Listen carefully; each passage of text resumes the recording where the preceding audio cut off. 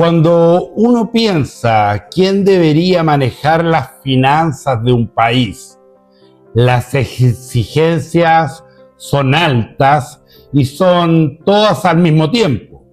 Currículum sólido, experiencia comprobada, honestidad y capacidad real de gestión.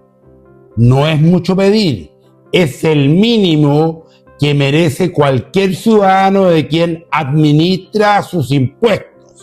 Y el caso de Nicolás Grau es particularmente grave, precisamente porque tiene el título, tiene el doctorado en la Universidad de Pensilvania, tiene la trayectoria académica, pero en la práctica, cuando se mira el único indicador que realmente importa en materia fiscal, que es cómo se administra la plata de los otros, su historial deja una cadena de fracasos administrativos demasiado difíciles de ignorar. Todo comienza en el año 2006, siendo presidente de la Federación de Estudiantes de la Universidad de Chile. Grau organizó un concierto en el Estadio Nacional para celebrar el centenario de la institución. La cartelera era muy prometedora. Vincentico, Charly García, Los Tres, los Bam Bam. Para que los números cerraran necesitaban 40.000 personas. Llegaron 15.000.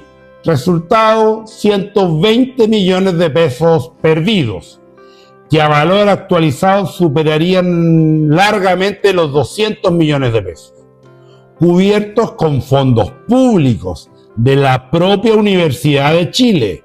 Cuando le preguntaron qué pasó, Grau respondió textualmente: hicimos una fiesta y nos fue mal. Esa fue la respuesta de este señor.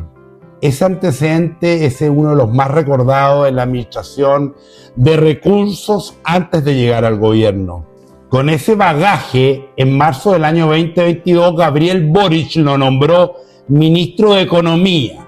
No fue una sorpresa para quienes conocen la política del Frente Amplio. Grau era cercano a Boric desde la universidad, había sido parte del diseño económico en la campaña, era militante de Convergencia Social y venía del mismo círculo académico de siempre. La lealtad política primó por sobre cualquier criterio real de gestión. A pocos meses de asumir, en agosto del año 2022, Grau declaró en Radio Duna que la inflación para las pymes traía costos y beneficios. No es un dato menor. Chile venía con inflación anual de 2 dígitos, golpeando a hogares, consumidores y pequeñas empresas. Los gremios reaccionaron de inmediato. La multigremial nacional dijo que sus palabras reflejaban una ignorancia en la economía importante y preocupante.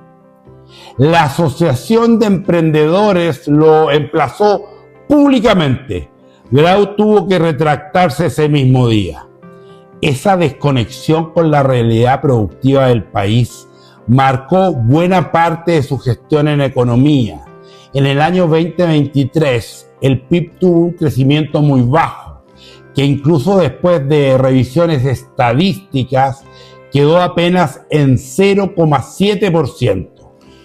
En el año 2024, aunque la economía volvió a crecer, la inversión fija siguió débil y el clima para nuevos proyectos continuó siendo un problema.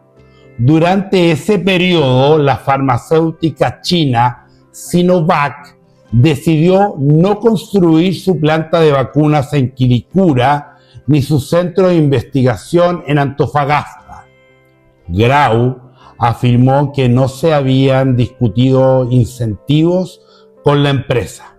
Sinovac lo desmintió públicamente, pero lo que vino después fue de una magnitud completamente diferente. En agosto del año 2025, Mario Marcel renunció de forma sorpresiva a Hacienda y Boric tomó una decisión que hoy pesa como una losa. poner al genial señor Grau al frente de la billetera fiscal de Chile, un hombre sin historial relevante en gestión macroeconómica práctica, a cargo de las finanzas públicas del Estado, con apenas 7 meses por delante. La meta fiscal para el año 2024 había sido un déficit estructural de 1.9% del PIB, y ese año terminó en torno al 3.3%, casi el doble de la meta. En lugar de aplicar una corrección rigurosa, Hacienda proyectó que el año 2025 bajaría el déficit estructural a 1.1% del PIB. Una promesa que el mundo técnico miró con enorme escepticismo. ¿Cuál fue el resultado real? El cierre fiscal del año 2025 arrojó un déficit estructural cercano al 3.6% del PIB. En términos de plata, más de 13.000 millones de dólares. Uno de los mayores desvíos fiscales de Chile en periodos sin crisis. Y no fue el primer año que se incumplió la meta. Fue el tercero consecutivo. Ni el año 2023, ni el 2024, ni el 2025 se cumplió la regla fiscal. 3 años seguidos. Un récord político y fiscal muy difícil de explicar fuera de una emergencia. Cuando el Consejo Fiscal Autónomo emitió un informe crítico, Grau salió a decir que el déficit no fue porque gastamos más. Cuando la oposición lo citó a la Comisión Mixta de Presupuestos, argumentó que los ingresos de octubre, noviembre y diciembre habían sido menores a lo histórico, lo que no explicó de manera convincente es por qué sus propias proyecciones estuvieron tan lejos de la realidad. Promedió 1.1, entregó cerca de 3.6, un desvío más de 2 puntos del PIB. Y entonces llegó lo más grave de todos. Hace menos de una semana, el actual ministro de Hacienda, Jorge Quirós, presentó el informe de finanzas públicas del primer trimestre del año 2026 y reveló algo que va mucho más allá de un déficit elevado, una inconsistencia aritmética en las proyecciones elaboradas bajo la conducción de Grau, que el propio ministerio calificó como inexplicable. El problema es el siguiente. Entre el tercer y el cuarto trimestre del año 2025, el déficit fiscal proyectado para el periodo 2026-2030 aumentó en 13.5 billones de pesos. Pero la deuda proyectada para ese mismo periodo solo subió 3.9 billones. Una diferencia no explicada de 9.6 billones de pesos, equivalentes a más de 10.000 millones de dólares, casi 3 puntos del PIB que simplemente no quedaban reflejados en la trayectoria de deuda.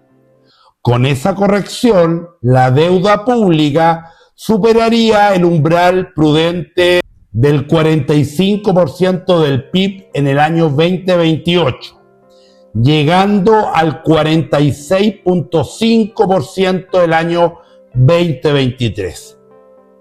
Y la auditoría total realizada por el gobierno de Kast sobre más de 500 organismos públicos reveló aún más. Riesgo fiscal por más de 9.200 millones de dólares correspondientes a la era de Boric. 3.200 millones en pagos postergados al sector privado equivalente a cerca del 1% del PIB. 268 millones adeudados a casi 10.000 pymes proveedoras del Estado. 400 millones en gratuidad universitaria.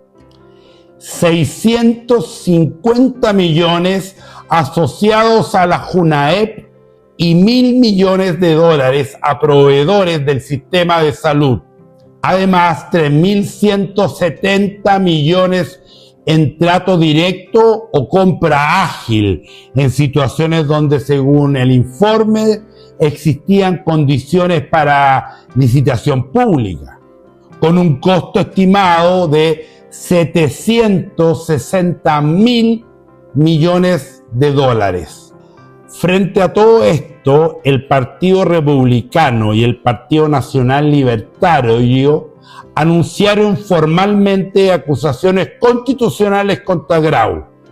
El Ministerio de Hacienda abrió una investigación administrativa para determinar si hubo negligencia técnica, descuido grave o una presentación fiscal inconsistente antes de abandonar el gobierno. Cabe mencionar que Nicolás Grau tiene un doctorado, como lo dije al principio, ha publicado sus papers, pero su historial completo, desde los 120 millones de pesos de la Fech hasta los más de 13.000 millones de dólares de déficit estructural y los más de 10.000 millones no reflejados correctamente en la trayectoria de deuda, apuntan simplemente en la misma dirección. Un título académico no reemplaza la competencia técnica en finanzas públicas, ni el compromiso serio con la transparencia fiscal. Y en un Estado que administra el dinero de todos los chilenos, eso no es un detalle menor, es todo. Soy Aldo Cachútolo Alegro. Esto fue Economía, Poder y Futuro. Si le gustó este comentario, por favor, dele like, suscríbase al canal y deje sus comentarios. Además, los invito a visitar mi página web que dejo en la descripción de este vídeo. Nos vemos en el próximo vídeo. ¡Chao!